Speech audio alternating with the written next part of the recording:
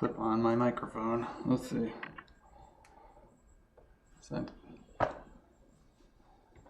a good place, or I feel like I was, hang on. I can never quite figure out the best way to do these. But now that I own one, I guess I should figure it out. How's that? Level looks okay. Maybe a little clippy? I don't know. It's hard to tell. Oh, and I'm wearing the shirt. I forgot. I'm wearing the shirt with the hole in it. Where's the hole? There it is. There? There. Yeah. It's got a rainbow on it, but the green is the same color as my green screen, so it becomes a hole in my shirt. Hope that's not too distracting. Well, today is July, what is today? 13th, and wow, I'm going to start doing a better job of mentioning the date in these so that it's easier for me to organize these streams later when I look at them, when I archive them. So today is July 13th, so happy Monday. Today I'm going to be talking about the final two projects for DGST 301A, which is going to be, both of them are going to be using P5.js, and should be interesting. Looks like I have a viewer, so hello, whoever you are. Whoever you are, if my audio sounds weird or too loud, let me know. It looks like I'm still clipping a little bit, so I'm turning it down. Sometimes it takes me a while to settle into my comfortable speaking volume, so, and also different positions of the mouse, of the mic are more or less, loud. And I should have probably put this wire somewhere else. So yeah, getting started today a little slowly, but here we are. Today I'm going to be talking about screensavers and P5.js, and I have spent most of my time preparing for today getting screensavers stuff figured out, because I want to demonstrate some old school screensavers, and so part of what I'm hopefully going to be able to show you is, wow, it's still going. Some screensavers running on Windows 98. The project this week, the first project this week, is going to be to create or recreate a screensaver using P5.js, and hopefully I will also be able to talk about P5.js today and maybe try to make one of these screensavers today, but it depends on what else I'm able to do. I'm installing, so I spent, I don't want to admit how long I spent last night getting Windows 98 running on my computer in a virtual box, and it does work, kind of barely, but I've installed several screensavers on it already, and it's working. What I'm doing right now, though, I found a CD of After Dark 4.0, and I believe this is the After Dark for Windows 95, but it should work on Windows 98, I think. At least it says it's installing. And it's installing, I don't know, it's still going. This might be like hundreds of screensavers, so we'll see. It's just running. So I'll pull that up in a second, but it's just basically the Windows 98 installer right now. So otherwise, I've spent a lot of time last week working on the glitch art tutorials and videos, mostly the videos, and those took a really long time to put together. I hope they're helpful both to this class and whoever else may find them. I tried to keep them simple and straightforward, and to make a workflow that was completely web-based, so you don't have to download and install things to get it working, but you can still, do it. The one method the Audacity method and the Hex method, you both need to install software for that, but not too bad. And I think excuse me. And I think I was pretty pleased that I was able to get the pixel sorting and the data mosh method working completely in the web. So using a Colab notebook, and I'd never done it that way before, but I figured it out and it works pretty well. The nice thing about that is that it's all one place, and so I can demonstrate it in a Colab notebook and then whoever wants to try it out can do that themselves. Well, I'm still okay. So I'm just gonna switch over to my view where I've got this here. This is Windows 98, and let me see. I don't need Firefox right now. And it's just running through the setup here. I did already, well, I can tell you I found a lot of this software in archive.org. So archive.org has quite a bit of interesting things. I'll show you what I've found so far and give you kind of a sneak peek of what I'm doing. But this is still processing, so I will maybe move that over a little bit and hide it for a second, and then show you what I've been finding in here. So yeah, so archive.org is a great resource. It stores the internet history, software history, lots of things here that you can't find anywhere else, and things that were in some cases considered kind of garbage or ephemeral at the time, and so no one thought to save it, but now it's been saved here in archive.org. Archive.org also hosts the Wayback Machine. So this is the copy of the internet that you can go back and look at. So it's really, really useful. It's an incredible cultural resource. So a screensaver is, I think, an interesting cultural artifact of whatever time it comes from, so the mid-90s. And it's interesting because it reminds us about the technology of how computers worked then, and it also kind of gives us this glimpse into like what people thought computers were for and what kinds of things people did with them. And what you have here in a lot of cases, if you look for screensavers here, you can see a lot of these are advertisements. So these are, like, for example, the KitKat desktop pack, which includes, let's see, I haven't downloaded this one, so I don't know what it's going to have. So this one's from 2000. It's a CD, so it looks like it has some mini games, Nestle branded mini games, and a couple of screensavers. So that's great if you're a big fan of KitKats and you want to see them on your computer, then that's how you do it. So I've already downloaded a Captain Crunch screensaver. There's obviously quite a lot of other ones here.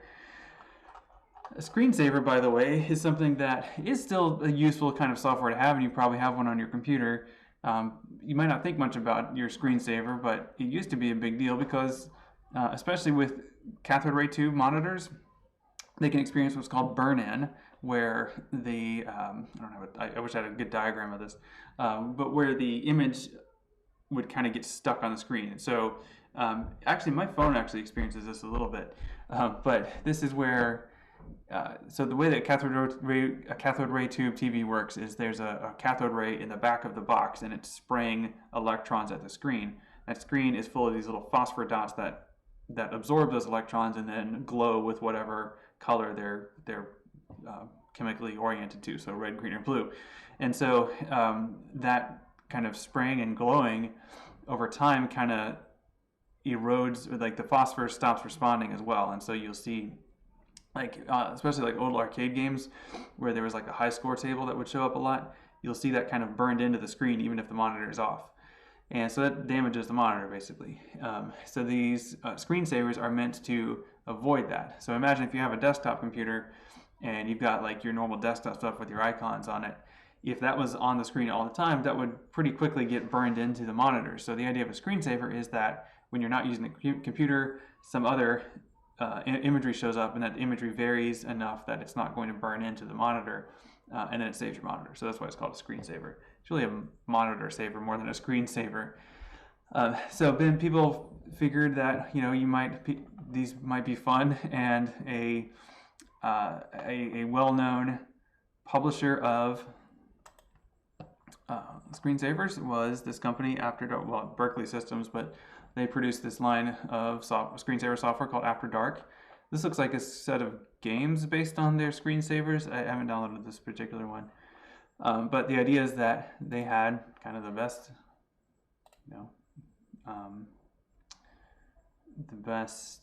sorry, I got distracted by my installer. They had the best, screensavers. And some of their famous ones were the flying toasters, which I hopefully can show you if this is going to work. I've already installed on my Windows 98, I've installed what a CD that I found called the After Dark Totally Twisted Collection. So it is pretty twisted, I guess, in a very 90s kind of way. So let's see. This is, I just find the installer is almost done finally, and I don't think I want to install this. So what is this? It's going to give me news? Okay, yeah, I don't want that. Although, wouldn't it be great if this kind of software could connect to like news from the 90s and then show that up on your on here? I assume that won't work. Okay, it says I have to restart, so that's going to take a few minutes. But while that's going, I guess I can say a bit more about screensavers. The other famous ones were the Starry Night one, where it's like a night scene and then the stars kind of twinkle and then stuff sort of happens. There's also like an aquarium thing, so like fish swim by. There's like a star field where it looks like you're flying through space. And I thought these would be interesting to try to recreate or just emulate or make something inspired by these in P5.js, because P5.js is, it's many things, but I think the thing that most people use it for is animation, and making a simple, aesthetically pleasing looping animation that's what these screensavers are. So I thought that would be a good kind of mid-level project. I mean, it's something that you have to build several things in order to be able to complete it. So since this is going to take a minute to upload, let me jump ahead actually and say a little bit about P5.js, and gotta get my mouse. Yeah, so that is one of the annoying things. I'm using VirtualBox, so sometimes it grabs hold of my mouse and I can't do things, my mouse pointer. So let me say a bit about P5.js while this is loading, restarting. Switch over to my P5.js Chiron and then pull this up here. So P5.js is, well, let me make a new tab. P5.js is a website, p5js.org. You can use it all here. It's something that is, you can download it and install it and do things yourself, but the easiest way to do it is just to use it on a web browser. And it has an editor. You just click editor, and then it's got a fully functioning development environment here, which is incredibly simple. You just have on the left a place to write code, and then on the right you have whatever your code is going to produce. Now let me log into my account. I don't remember which one I set up an account with, so let's try GitHub. I think it's GitHub. Yes, okay, good. So I have it set up on dark theme right now, because I found that easier on my eyes, but I'll switch it back to the default light theme for now, and give you a couple of things about P5.js. Now I am going to do, for the class, I am going to make some videos. Oh wait, I don't have, you can't see it because you still got VirtualBox in the way. So this is P5.js, and there goes my Windows thing. This Windows thing was really frustrating to set up. I'll be honest, it's still frustrating. Like, one thing it does every time it reboots is it says that it found a new Ethernet controller and a driver, and would I like it to install it? And I say yes, and then it says, well, where would you like me to load the driver from? And I say, well, how about the place where you said you found it? And it's like, okay. And then I say proceed, and then it says I can't find it, so insert a CD. And so I do, and then it says it's not actually on the CD. So I'm like, why didn't you just tell me that to begin with? Like, why did you think it was there? So this is the conversation I've been having with Windows 98. But it's not really, I don't think it's important. I mean, it doesn't seem to be preventing it from working, so whatever. It just, like, the internet doesn't work well on Windows 98 also, like, on my Windows 98 anyway. It kind of works well enough that I was able to put some files there by first uploading them to my website and then downloading them to that computer, and then I can actually get them that way for those files that I don't have a CD image of. Okay, so let me get back. I'll continue with the introduction to P5.js, and it looks like Windows is working now, so I will get back to that shortly. But let me show you a couple of things with P5.js here, just to give you a sense of what it's for. So it's going to be drawing things, and P5.js is actually it's kind of three things together. So it's written in JavaScript. So the actual language that I'm writing here is JavaScript, and I find that useful. I think JavaScript is a good language to know a little bit about, especially if you're interested in web development. That's one of the three big languages of the web, or the three big things that create the web. The other two being HTML and CSS. So when if you're trying to get started as a front-end developer, then HTML, CSS, JavaScript are your main toolkits. And then you have different libraries for working with each of those things, but those are the underlying languages that create the web. So that's what P5.js is. So P5, the P there, comes from processing. So there is another platform called processing, and processing, which you can learn about at processing.org, is written in Java, not JavaScript, but it has a similar purpose to P5.js that we see here, which is to create animation and art. Processing is what Kim Masendorf originally wrote the pixel sorting algorithm in, and it's very useful, and it's often used for art kind of things. P5.js is similar. It's a lot of the same ideas and functions, but all built inside of a JavaScript framework instead of Java, which is, I think, it's a good idea and it's helpful. Some people who have already learned processing or know Java really well find the JavaScript version constraining, but I really like it, so I hope you will as well. I've even got my kids using it, and they found it okay. At least they said they did. They were able to follow my instructions. So there are two big pieces of this that always have to be here whenever you're writing this. So if you know a little JavaScript, you don't want to jump in until you kind of see how these two functions work together, the function setup and the function draw. In this class so far, we mainly been looking at Python, so maybe it's worthwhile to spend a couple seconds on the differences. Once you've learned one language, you can it's often pretty easy to transfer to another, but you need to pay attention to a few things.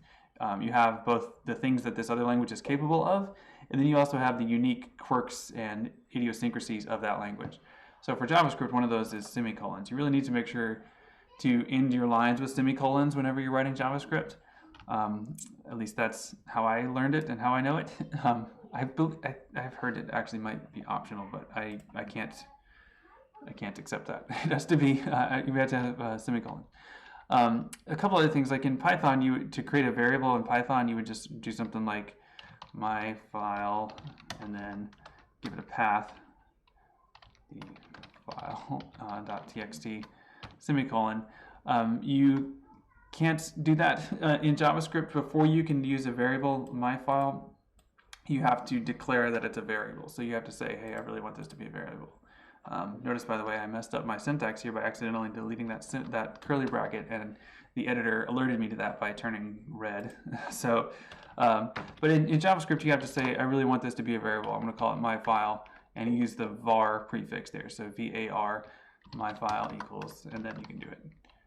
You can also just initialize it as an empty string and then give it a value later on. That's the only major difference that I can think of that I need to explain right now. But within, there are plenty of others, but in P5.js, the function setup is going to run once at the beginning of the script. Oops, I accidentally folded that.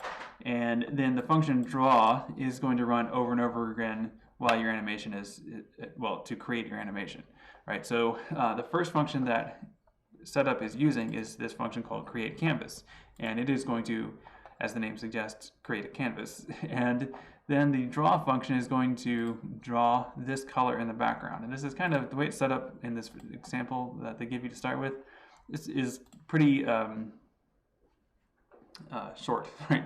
But you can express the color in red, green, and blue notation. It's just that if you give a color one value, it assumes that you mean 220 for all three of those colors, R, G, and B. So this would be the same thing as writing 220, 220, 220, which is obviously creating a light rectangle, a light gray rectangle, square, I guess, 400 by 400. But you can start, I would recommend if you're just starting out to try and see what different numbers do. So let's try to change that 400 to 600 and see what happens there. Okay, so it made it taller. So that means that the second number must mean how tall is the canvas that we're making. That's a little too tall, I think. I'm going to make mine, you know what, I'll go ahead and make mine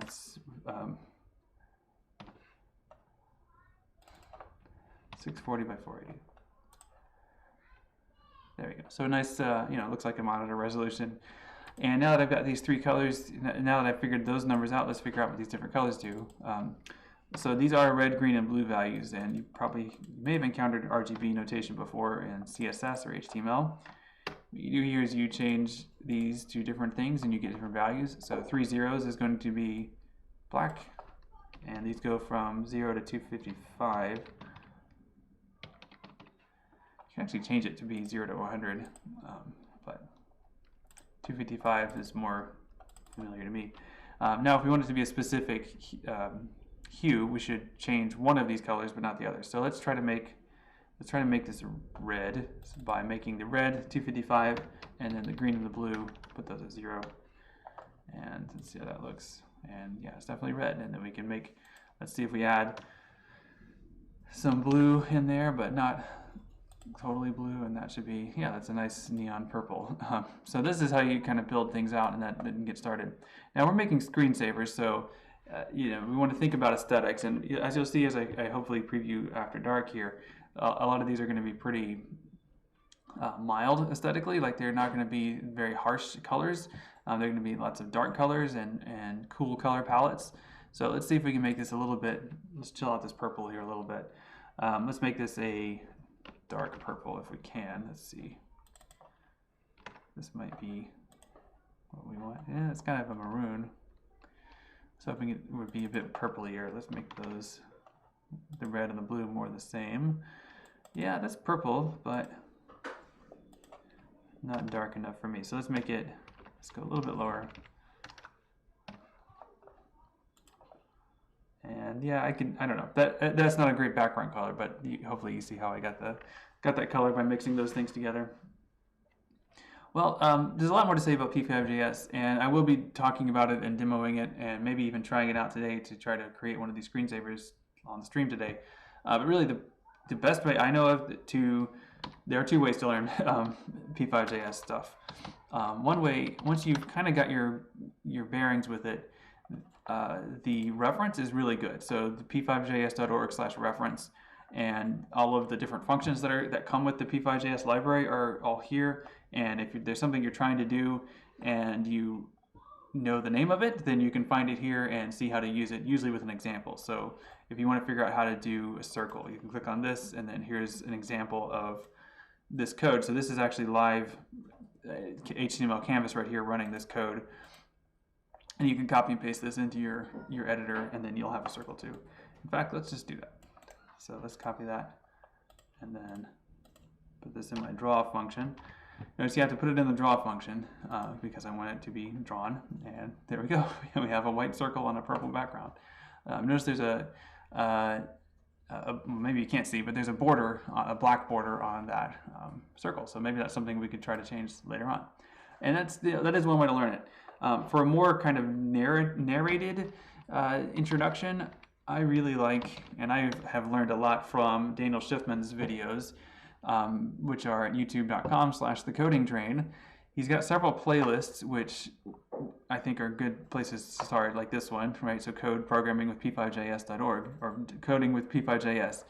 And this playlist he updates every now and then, so I want to see kind of how it's going, how it's doing here. But yeah, Daniel Schiffman will stand in front of the camera and kind of talk about things and then take you through it like piece by piece. And there's all these chunks to it. Really, if you can work your way through this course, you will be very well prepared to do a lot with P5.js, definitely this assignment. In fact, to get through this assignment, you probably could just get through the animation section and you'd be good. I mean, getting to here would give you, I think, plenty to work with as far as creating a animated screensaver. So I'll give you for students, I would give you links to this and recommendations as far as which ones to look at. But definitely, these are great, especially if you like someone explaining it to you and demonstrating it in real time as he goes through it. I try to do that too, and I've been very much inspired by Daniel Schiffman, but I'm not as good as him. So check it out. So let's see. I think my computer is ready to demonstrate. I I think my Windows 98 is finally ready to go. So let's take a look at it, and I'm going to talk about and demonstrate hopefully several screensavers. So this is a computer within a computer. I'm using VirtualBox to run Windows 98, and I've already set this up a little bit and spent, like I said, most of the night basically trying to set this up and get it running.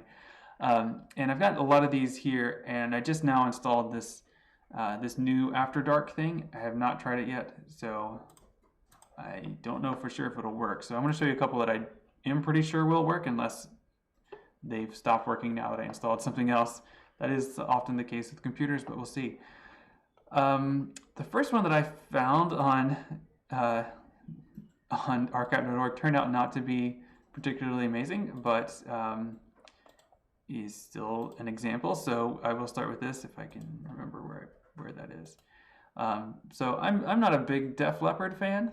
I certainly am aware of them, and just in the 90s I was, they were just another band and not one that I ever really listened to. But I found this set of screensavers released by the Def Leppard Cyber Center in 1996, I think. I'm not sure the exact year. And it's these 3 screensavers. So I will, once I find them, show them to you. Wow, there's a lot of things that have been installed here since I was here last. Okay, let's see. So this one's called Adrenalize, and I guess this is a Def Leppard album. And well, it's running quite slowly. That's the thing. I'm running this software inside of software, so wow, that one really didn't even work at all. Well, all it was just pictures of the band. Like, you run it, and it's like the album cover, and then it's like a picture of the band standing in front of a wall, and then another like album cover, and then the band in front of a wall. So I think if you are a Def Leppard fan, perhaps it's compelling content. I don't know. Let's try this one. Maybe this one will work a little better. Yeah. So you see how it just sort of scrolls this image. It's essentially a PowerPoint. With images of the band. Yeah, well, most of I don't know who these people are, but most of that guy's head showed up that time. And this is literally it. Like, it just does this. Well, I don't know how long it does it. I have not waited very long to see if it loops or what the loop cycle is. I assume it does loop. But yeah, this is the band Def Leppard. Looking pretty cool. So, all right. Yeah, well, and I guess this must have been from around 99 or 2000, because that was their, as that screensaver just informed me, that was their new album for 1999. So I guess it was dated 96 in archive.org, but I think it must be later. So this one is a little cool. Let me see if this one will work. This one's called Def Leppard Laser, and check this out. It like draws the name Def Leppard in like a laser line, and I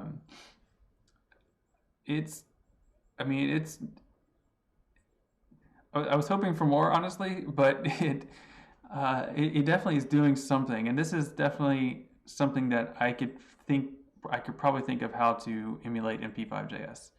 I might not want to, but I like the idea of like drawing with a laser.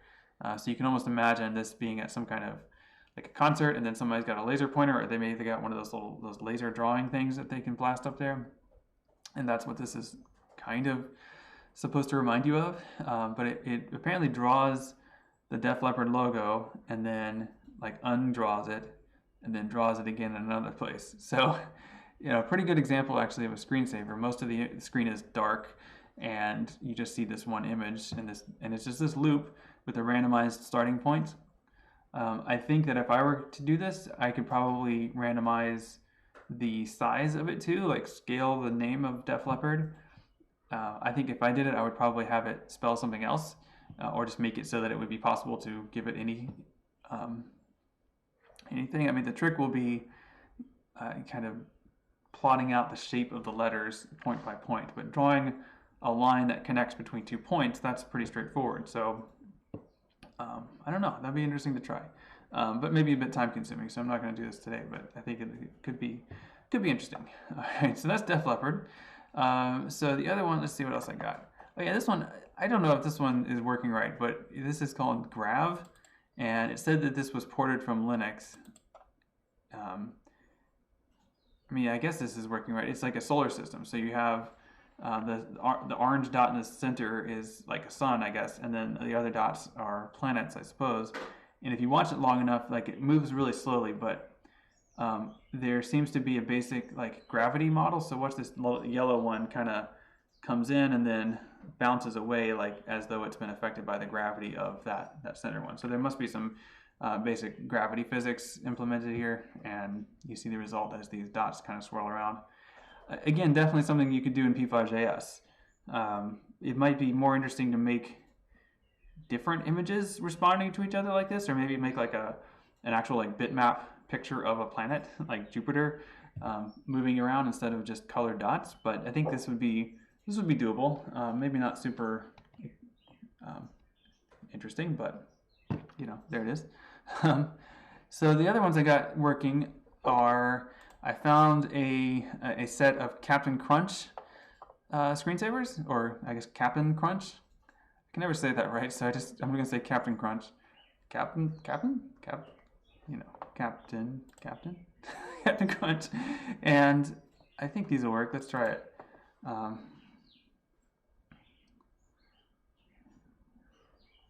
think this is the right one. Yeah, there it goes. That's all it is. It's a picture of the captain himself, and very enthusiastic about a bowl of cereal in front of him, and there are more cereal pieces falling from the sky. Definitely something you could do in P5.js. You would need to get a bitmap of a crunch. I don't know, what are the units of Captain Crunch? Like, are those crunches? I mean, those things, you need to get just a single image of that, and maybe more, maybe two, just to add some variety. And then you could have it just rain down the screen in front of, you know, whatever other imagery. So this would be actually, of the ones I've looked at so far, this would be the easiest to implement, I think.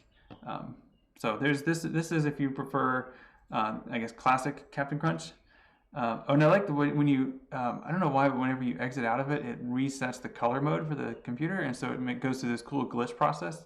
That's not intentional, but it looks kind of cool. So anyway, that's if you prefer classic Captain Crunch.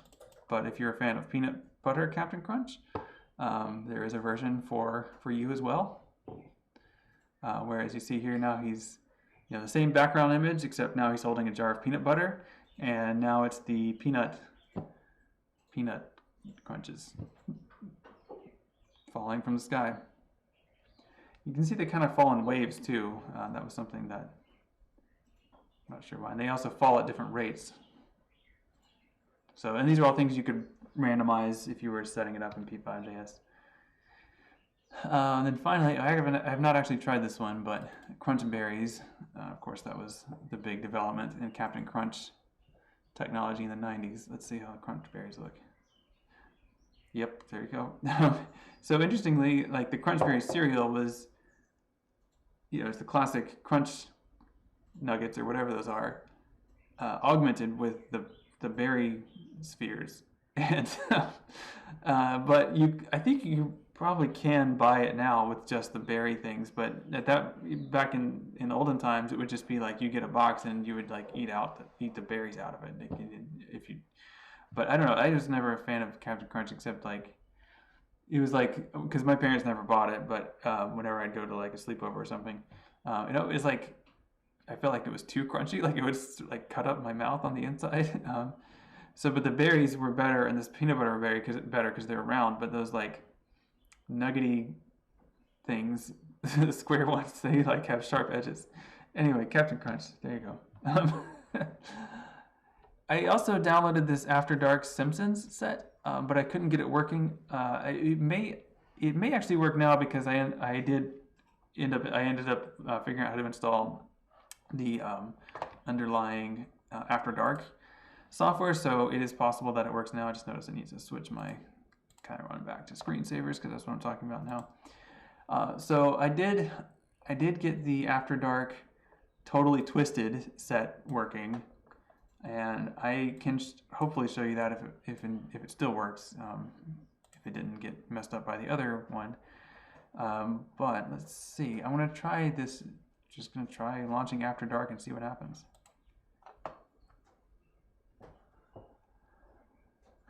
Okay, great. So it looks like it's got the classic set here. Oh, good. Okay, it actually has several groups of screensavers. So we've got After Dark 4.0, Deluxe Classics, and the Totally Twisted collection. So I'm just going to go through a few of these, but it looks like there's an awful lot. I think any one of these would be, well, not any one of these, but many of these would be interesting. So this looks like it's classic Starry Night, and you can customize the buildings and how tall they are, but we'll just leave it on the default there. And I'm going to hit the preview button for these instead of applying them as my actual screensaver. So, oh, nice, okay. So you see, I really like how this one sort of like sparkles into existence. And now I feel like this is moving way fast. I feel like it wasn't supposed to move this fast. It could just be because I'm emulating, like whenever you run an emulator, sometimes it's not clear if like a software that they're using, like a game or something, if it's following the, if it's running at the speed that it was meant to originally, because if its original speed was in some way based on the processor that it was meant to be running on, then it's hard to emulate, because my processor now on this modern computer is much faster than any of the computers that After Dark would have been running on. So if it's the speed of those stars sparkling in is in some ways keyed to the speed of the processor, it's way off. But you can see the idea, like it just puts dots in different places, and there's like the background, like the top of the screen. These are hopefully you can see them, by the way. They're very small. Those are different colors for, I guess, stars, but there's like lots and lots of them. And then each of the buildings are kind of suggested by there being a rectangle of yellow dots. And I really like how that just sort of suggests buildings. I think that would be a really fun one to try to recreate. So perhaps I will. But let's see what else we got here. I have not looked at these at all. So, I do know, by the way, I should show you a couple of classics. If you look at actually just built into Windows 98, there are a couple of classics that are worth noting that are just kind of default. If I can get it to open.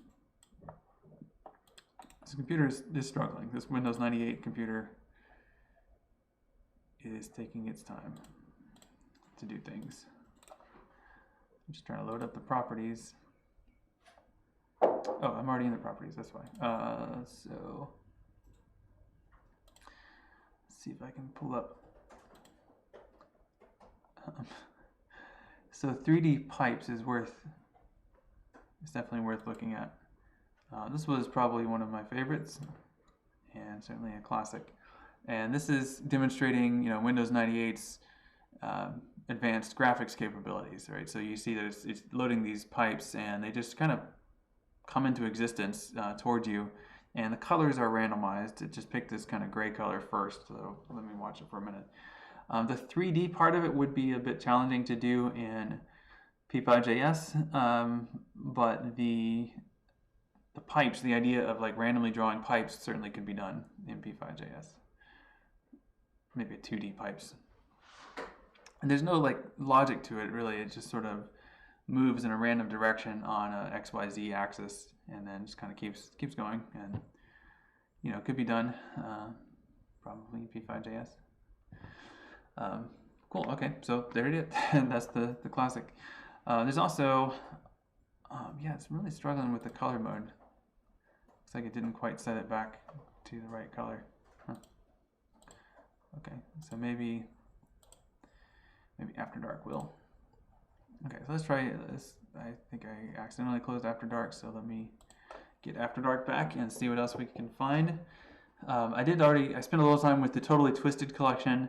Some of them are just gross and dumb, but actually all of them are, but some of them are references to other ones, so I thought I'd show you them. So this one is called Voyeur, which sounds creepy, and it is, but it's not as bad as I feared it might be. It's based, I think, in some ways on Starry Night, and I guess the idea is that you can watch it, and then the building in the lower left, there's different things going on, and just kind of watching it a little bit. Sometimes there's a murder and a suicide, I think. Remember, this is totally twisted, so it's meant to be dark. But I really like the imagery of the cityscape behind it. That pixel art, I think, is really beautiful. So I kind of wonder, it might be interesting to try to recreate that, but do different imagery in the foreground. Again, yeah, it's dumb sophomoric kind of humor. Let's see what else is worth showing. Yeah, I'll do this one. So the flying toilets one is like a parody of the flying toaster, which is their classic. But this one, again, the flying anything or the flying something, these are things you could definitely do in P5.js. What you would do is get an animated GIF of, in this case, the toilet paper and then the toilet with wings, and then you would just kind of change their position throughout P5.js to animate them flying, and definitely doable. And yeah, flying toilets. Remember, this is the totally twisted version, so only a truly twisted individual would think of toilets. It is kind of interesting too if you think about all the trouble. Like, who would consume this? Like, who would want to get this CD and install it on the computer? And again, I think screensavers are really interesting because of how they point us back to this different technological moment where you'd have to do all these things to get this onto your computer, and then you would your parents probably wouldn't allow you to have this CD, but maybe your friend had it and they burned a copy for you, and then so you would install it on your computer and uninstall it when your parents were around, and then put it back, and then maybe write a different name on the CD so they didn't see it, and then all these steps you'd have to go through around media preservation and curation, basically, to get something like this on your computer. Whereas now, my kid's perception of how to install software is it's just you go to an app store or something, or you say, Alexa, install fart noises, and that's how they do things to annoy us, and it's such a different process, and it's worth revisiting, not just because of its historic value, but just because of it kind of it's kind of nostalgic, honestly, for me, to think about all the different things that we used to have to do. So here's the Flying Toasters. It says this is Flying Toasters Pro, and this is karaoke mode. I don't know what that means. I'm just gonna turn off karaoke mode because I don't know what that means. Is it making music? Oh, there's the toasters. Okay. Yeah, this is the classic, right? Maybe this is the pro mode because you can see that there's different kinds of toasters. And, the toast just jumped from one toaster to another. That was pretty advanced. So, once again, if you wanted to emulate this, look at that one. That one's got jelly on it. So, this is totally advanced. If you could get an animated GIF of just that looping, flapping wings toaster, you could put that in P5.js pretty well. Fractal Forest. Which one was this? Let's see what Fractal Forest is.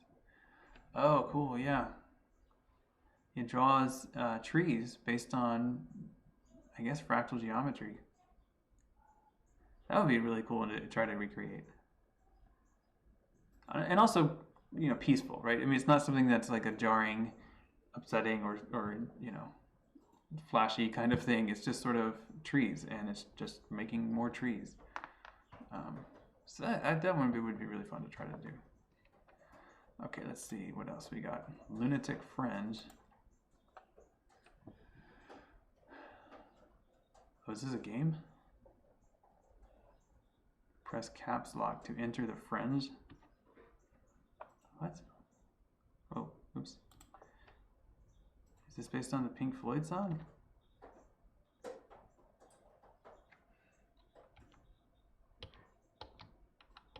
Oh, well, okay, it actually is a game.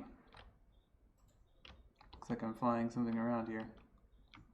And there's a moon or something. Whoa, can I shoot it? Looks like I'm crashing through things. Okay, good enough. Yeah, so actually a game, so that's kind of neat. Let's see, another classic is the fish tank. I assume that's what this one is because it's called Fish Pro or fish university. I guess university would be like an upgrade from school, like a school of fish. This is a university of fish. So I guess they have, you know, clubs and go to parties. I don't know. Looks like they're just swimming around. So yeah, again, a peaceful kind of imagery. The totally twisted version of this is like Toxic Swamp, and it's just the same idea where there's just GIFs of things floating by, and you could just put different GIFs in there to make your own flavor of aquatic environment. Let's do Can of Worms. What is this one?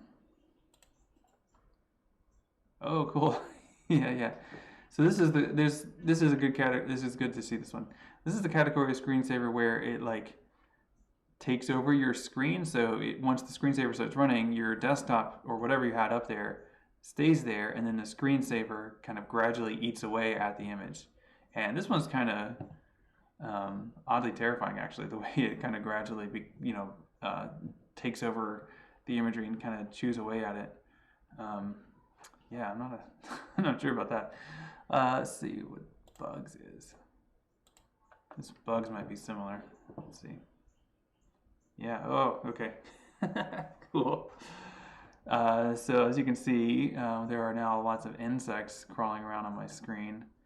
And again, it just sort of changes the imagery enough that it preserves the, I guess it preserves the monitor, or saves the screen in some way. But this one's, yeah, a little gross and creepy. Let's see, I did want to see Bad Dog.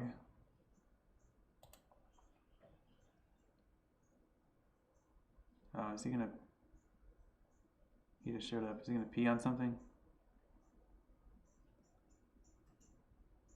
Or is he just gonna run around? So far not really being bad.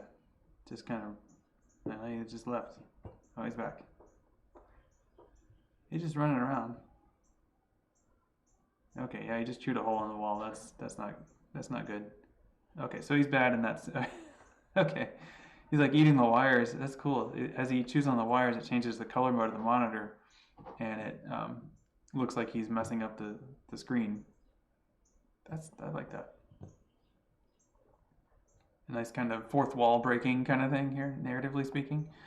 Yeah, this is fun. I like these. Let's look at a couple more. So we are kind of doing art in this class, so let's see what this one called Artist is. Maybe this one's actually artistic. Okay, that was a flying toaster. Ooh. What was that?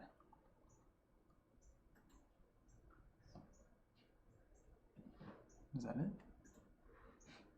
It's like a pixel sorted view of the toaster, kind of. Or maybe it's just totally abstract. Yeah, okay, so it's just doing kind of abstract, like pixel art, like almost glitch art versions of the toaster. They're kind of too small to really see on the stream probably, but I guess it's just recreating these. I have seen a Twitter bot that does similar images, so I wonder if it's meant to be a version of this. See, it's like, it starts with sort of brush strokes of colors, and it kind of keeps adding those until it has something that looks like the toaster image in this case. I bet, let's see. Yeah, you can have it pick a different image. Yeah, I'm not gonna do that now, but that's so I guess theoretically you could put like an image of yourself in there, and then it would draw that. That'd be pretty cool. Boris, I think that's a cat. Nirvana, not the band, right? Let's see. Oh, like some of these have settings. Let's see if I can change the energy of this one to be alert. Don't know what that means. Ooh, that's pretty. Yeah. So certainly pretty abstract and kind of hard to look at. That again, this would be another one that would be definitely would be doable in P5.js. let's just see what happens if we change the energy, because that was what it called alert. And let's change it, let's make it lower to serene and see what serene looks like. Ooh, that's serene. Seems like it's moving about the same speed, but now we have circles. Now I will say this kind of thing you can do in P5.js, but it actually will run a lot of memory in P5.js to do something like this.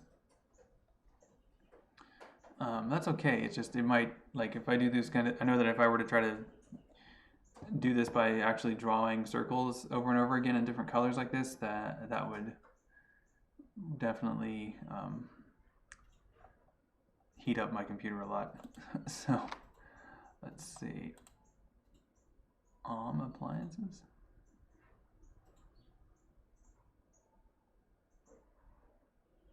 That looks like a fridge. And a washing machine. Okay. They sort of have, I guess, plugs hanging off the side of them. Sure, why not? Okay, punch out. I could, you know, I'm going to wrap this up soon. I could definitely do this all day. I'm enjoying this a lot. But oh, this one like pokes a hole in your screen. That's what's going on. I was thinking like punch out like the boxing game. I was hoping something would kind of punch at me like that. Okay, so let me stop for now. Let me go back to P5.js for just a couple more minutes and kind of work through a basic idea in animation within P5.js. This will get kind of intermediate in the sense that I'm going to have to kind of do a few things without having time to fully explain them. But I just want to give you, if you're watching, a sense of what's possible with it. And I'm also going to have to kind of refresh my memory about it because I've been in Python land for a while. So let me turn off that. There we go. Again, as you see here, P5.js, the best way to learn it is from Daniel Schiffman. So let's take a look at the P5.js editor and see if I can remember. So we've got this circle here. Let's see if we can move this circle around. So this draw function is drawing it, so 30, 30, 20. I think the 30 is the how far left, and I think the other 30 is how far down. So let's just experiment with that idea by running it. I wish I could hit Shift Enter to run these, but I can't. Okay, so the second number is the how far down it is. Let me make a couple of variables up here. We'll say circle X, and we'll set that to be 30 to begin with, and we'll say variable circle Y, and we'll set that to be 30 to begin with. So these are things that I'm going to use in place of the number down here when I do the circle drawing function. And so this should just recreate what I have right now, more or less, just typing the name of the variable now, where I want to use it. Let's see. Okay, great. And I think the 20 is going to be how big of a circle it is. Let's just try changing that to see. I like that size, but let's make it a little bigger. And yeah, that's definitely bigger. But let's kind of split the difference. We'll make it 50. And there we go. That's pretty good. Now, one of the things that I think took me a while to realize, and this is obvious, but it took me a while to realize this about P5.js, is that the setup function runs once, the draw function runs over and over and over again. However many frames per second. You can actually set the speed, but I think it's 30 until you say otherwise. So I just hit Control S to save, by the way.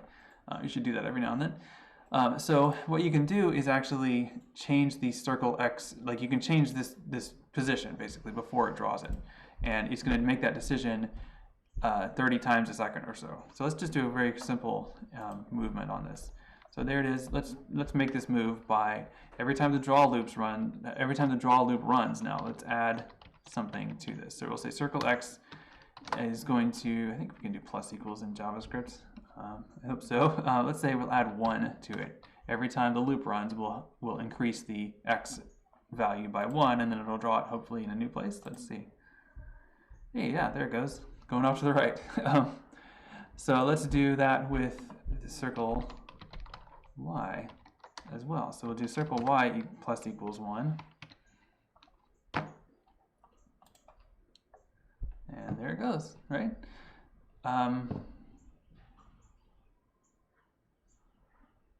And it's gone. As it keeps going past the canvas, because it doesn't know where the edge of the canvas is. It just knows that it's supposed to draw at an X and Y value, and it tries to do that wherever it can. And if it does that somewhere off of the canvas, we will not see it, and it just goes in it, and it never comes back. It comes back when you start this over again. But the goal for a screensaver should be something that loops, so that you could continue watching indefinitely and still see something. In this case, you can't see anything now that that circle's gone. So we need to figure out how to get it back. Well, we could do a couple of things. Like we could have it, we could introduce a test to say, okay, if you're off canvas, then go somewhere else on canvas, and we'll see that again. We could also have it set to bounce whenever it gets to a canvas, so it adds like a decision basically once it gets to that edge. Instead of continuing, change the way that you change change the way that you change the X position so that it is going the other way. Let's see if we can do that. I hope I remember how to do this. We'll see if I can remember how to do it and get this done quickly, and then I'll wrap it up. So we're going to say, I'm going to make two new variables, dx and dy. So we'll set that to 1 in both cases. And we'll say dy, both of those are 1. And so now we're going to change circle x by dx and circle y by dy.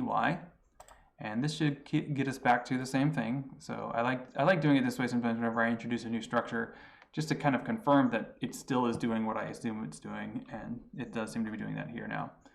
So now we're going to need a test, and let's see if we can do it here. So let's say if circle x is greater, so this is a condition, right? So it's in parentheses, and if circle x is greater than, what is my x value? 640.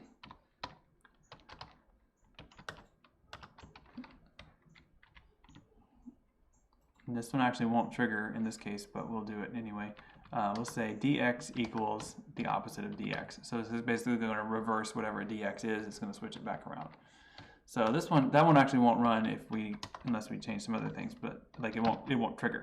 So let's try to change the circle y one, just because we should see this one. If circle y is greater than 480, then let's change dy to be the opposite of dy. Let's see. So if I've done this right, then it should bounce at the bottom. There it goes, and it should bounce here too, I think. Hey, all right, great. So we're getting somewhere. And it disappeared off the top again. But that's okay. Now, this is something you can imagine hopefully some possibilities with. You can make something that bounces different ways. You can make a different thing bouncing besides a white circle.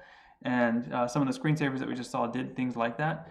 For the toasters, they were flying in from the top right, and so what we could do, instead of bouncing, we could have it just sort of start over. So once it disappears off the side, then start it at another point above and then send it back down. That would be another way to think about that. Let's go ahead and complete the bouncing example, and then I'll wrap it up. So because we noticed, like, if you notice, it bounced wrong. Like it bounced, there are a couple things that were wrong about the way it bounced. First of all, it didn't bounce on the edge of the circle, touching the edge of the thing, of the canvas. It bounced when the center of the circle got to the edge. So that's something we could tweak. But also, the main thing I want to tweak is just making it bounce on all 4 sides. So we want to change the x value in both 2 situations. If it's greater than the x, or if it's less than 0, because 0 is going to be on the left side, and then x is going to be on the right side. So we want to make sure that, we want to make sure that it's doing that. And in either case, we just want it to flip to whatever it's the opposite of whatever it was before. So, oh man, JavaScript. How do we do OR in JavaScript? I hope it's just a pipe. Is it just a pipe, or is it 2 pipes? We'll find out. This is me trying to remember JavaScript. Okay. Let's see if this runs, basically. Okay, so far so good.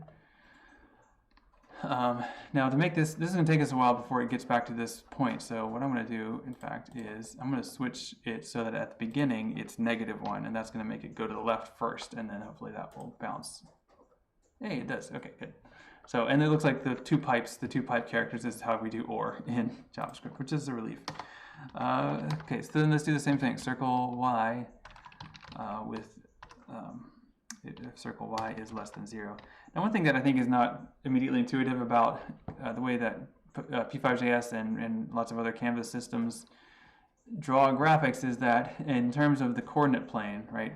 X0 is the left edge, and then X whatever is the right edge. It increases moving left to right. For the vertical position, it increases going down. So the top is 0, and then the bottom is whatever you set it to. So in this case, 480 is the highest Y value that I have visible on the canvas. And that's not immediately, like when I remember learning Cartesian planes, it's the opposite. And when you like draw a graph of something, usually you have your Y value is 0 at the bottom, and then it increases as you go. So it is a little different in terms of coordinate plane systems. But once it's like a lot of like other things in computers. Like if you remember, counting starts at 0. Like once you know it, it applies to lots of different languages and environments. So. Okay, well, I am going to wrap it up. It's been about an hour. That was hopefully kind of interesting. I mean, I was looking through some screensavers there, and it just kind of scratched the surface. If you like, there are some YouTube compilations of After Dark screensavers. They're sort of hard to navigate because they're just very long, and so you have to click around until you find the one you're interested in. But if there's one you'd like for me to take a closer look at or try to recreate myself, I'd be happy to try to do that. I didn't have time to do that today, obviously, but it's something that I'm asking my students to do, and so I'm certainly willing to try it myself. Maybe I'll try the toasters thing or something like it, or maybe I think I'll try the Starry Night thing. I kind of like that idea. Okay, well, if there's any, I don't know if anyone's even online, but if you have any questions, go ahead and get them in here. Otherwise, I'm going to wrap it up. And maybe, while you're thinking of any questions, let me see if I can make a couple of small adjustments here to improve the bouncing on this. So let's say instead of 640, is it just width? I think we can just say width, and that actually will automatically be the canvas width, right? And this is height. I think we can do that. MP5, let's see. So this is nice because then I can just change the canvas's dimensions, and then the bouncing algorithm just keeps working the same way. But you notice it still bounces on the middle, so we don't actually want width. We want width minus, well, how big is our circle? 50. It's 50 right now, so we want half of that width. So we could say width minus 25, and then 0 plus 25, so that it bounces on the edge of the circle. Same here. Height minus 25, 0 plus 25. It might seem kind of strange to say 0 plus 25 instead of just 25, but I'll show you why that's possibly valuable in a second. So it looks like it bounced right. Let's see if it does that at the bottom too. Oink. It's very satisfying, I think, when it bounces on the edge like that. Okay, good. So that's pretty cool. What I was going to say is, like, you can also change the size of the. Let's make a radius value basically, and so let's say 50. Doing it this way lets us change it later. So in this case, we can say just Rx divided by 2 wherever we wanted to refer to. Actually, no, it's not Rx. It's just radius. Let's just say radius. Hopefully radius is not a protected word or a special variable. Sometimes that's the case. But this is just going to take whatever radius value I set that to and divide it by 2. So that lets me customize this by changing one number instead of 4 numbers. If it works. Let's see. Yeah, okay, looking good so far. So now I can just change the 60 to 50. I could change to 60, or, well, that's 600. That would be interesting, but not what I want. But yeah, that's a pretty subtle difference. Let's make it. Oh, I actually didn't use it yet. So down here I have to actually use the radius size, but that should be 20, which is much smaller, but still looking good. Okay. Yeah. Now we can make the bouncing more interesting if we change the direction, because you notice right now it's always just moving at the same 45-degree angles. We can make that a little bit more interesting if we pick a different number for the for the directions, which I'm not going to get into that right now, but you can pick a random number between a range, and then it can move around randomly. That might be interesting. We can make it faster, by the way, just by increasing these numbers. So let's do 2. So there it goes. That's pretty fast. Let's make that even faster. Let's make that 10. Let's see what happens. Yeah, there we go. That's pretty energetic. You can also change the angle just by making these different from each other. So if we change it to the x is -10 and the y is 8, you can see how it bounces at a different set of angles. It's also kind of struggling to render it that quickly, as you can kind of see. It sort of slows down a little bit because it's just, it takes some processing to do these things, but still pretty cool to watch. So yeah, there we go, bouncing dots. Not really a screensaver yet, but I think it's the building blocks that we might be able to use to make a screensaver.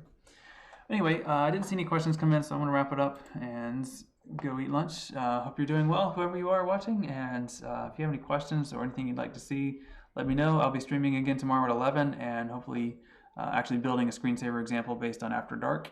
So tune in if you're interested, and I'll see you later.